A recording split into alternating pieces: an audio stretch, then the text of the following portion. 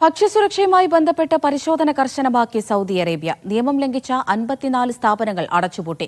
Saudi food and drug അതോറിറ്റിയുടെ നേതൃത്വത്തിലായിരുന്നു പരിശോധന.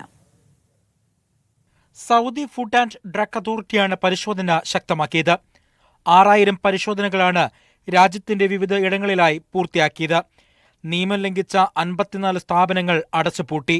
രോഗബാധിതമായ 40 ടൺ കോഴിയും പരിശോധനയിൽ കണ്ടെത്തിയിരുന്നു. സാൽമോണോലോ ബാക്ടീരിയ അടങ്ങിയ കോഴിയാണ് കണ്ടെത്തിയത്. മുഴുവൻ കോഴിയും തിരിച്ചയച്ചു. 4600-ലധികം സ്ഥാപനങ്ങൾ കേന്ദ്രീകരിച്ചായിരുന്നു പരിശോധന.